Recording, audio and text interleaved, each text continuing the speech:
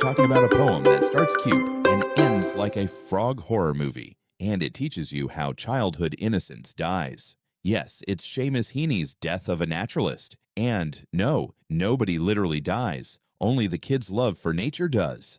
Let's go. The poem is basically one big flashback. We follow a young boy living in rural Ireland surrounded by farms, heat, fields, and muddy ponds. This boy absolutely loves nature. He's the type of kid who touches everything, collects everything, and is weirdly excited about anything slimy. You know the type.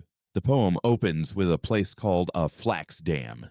It sounds fancy, but it's really a smelly pond where flax plants rot to separate their fibers. Adults would call it disgusting, but kids call it paradise. The boy sees bubbles in the water, flies buzzing around, dragonflies hovering like tiny helicopters. Everything is noisy, dirty, and alive, and he finds it amazing. His favorite thing is frog spawn. Frog spawn is basically jelly filled with tiny black dots.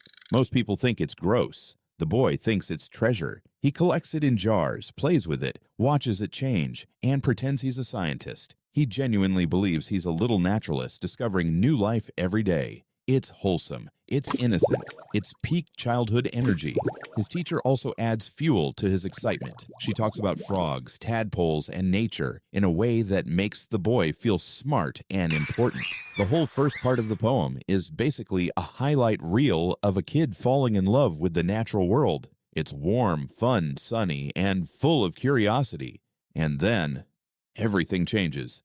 The second stanza feels like someone flipped the scary atmosphere switch. The boy goes back to the same pond one day, but suddenly it feels different. The mood isn't warm anymore. It's tense. It's heavy. The pond feels bigger, darker, and almost threatening. Something in the boy himself has changed. This is the uh-oh moment. Now, instead of tiny, cute frog spawn, he sees big, fully grown frogs. And these frogs do not look friendly. They fill the entire place. They jump around loudly. They croak aggressively. To the boy, they look like giant slimy soldiers preparing for war. Heaney even describes them in ways that make them sound powerful, angry, and ready to attack. This is the turning point. The boy suddenly feels guilty for taking frog spawn earlier. He thinks the frogs know. He thinks they are angry. His imagination, which used to make nature fun, now makes nature terrifying. What used to be a playground now feels like a battlefield. In this moment, the boy panics. The frogs seem like they're watching him, judging him, coming for him. He imagines an entire frog army rising up to punish him. Something deep inside him snaps. And that is the death in the title. Not a physical death, but the death of his childlike love for nature. He is not a naturalist anymore. His innocence is gone. He has grown up suddenly, sharply, and painfully. This poem is really about that moment in childhood when something you once loved suddenly scares you, when growing up feels like losing something. The poem captures the exact second when the magic disappears and reality becomes stronger. We all have moments like this, moments where we stop being children and start becoming adults. Heaney uses strong contrast to show this transformation. The first half is warm, bright, curious, almost glowing with childhood wonder. The second half is dark, intense, almost like a threat. The frogs don't change. The boy's understanding of them does. Nature didn't become scary. The boy became older. The language in the poem also mirrors this shift.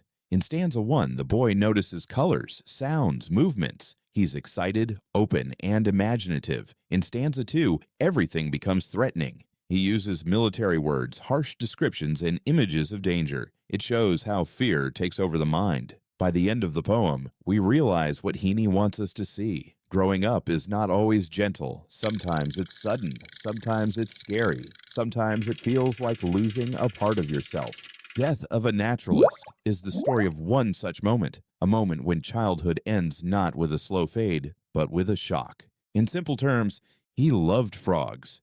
Then he got terrified of frogs, and that fear killed the naturalist inside him. This poem captures the beauty and the pain of growing up. It shows us how quickly the world can change when we begin to see things differently, and it reminds us that childhood is full of moments we don't forget, especially the ones that scare us into becoming someone new. This is the full, simple, clear explanation of Seamus Heaney's Death of a Naturalist.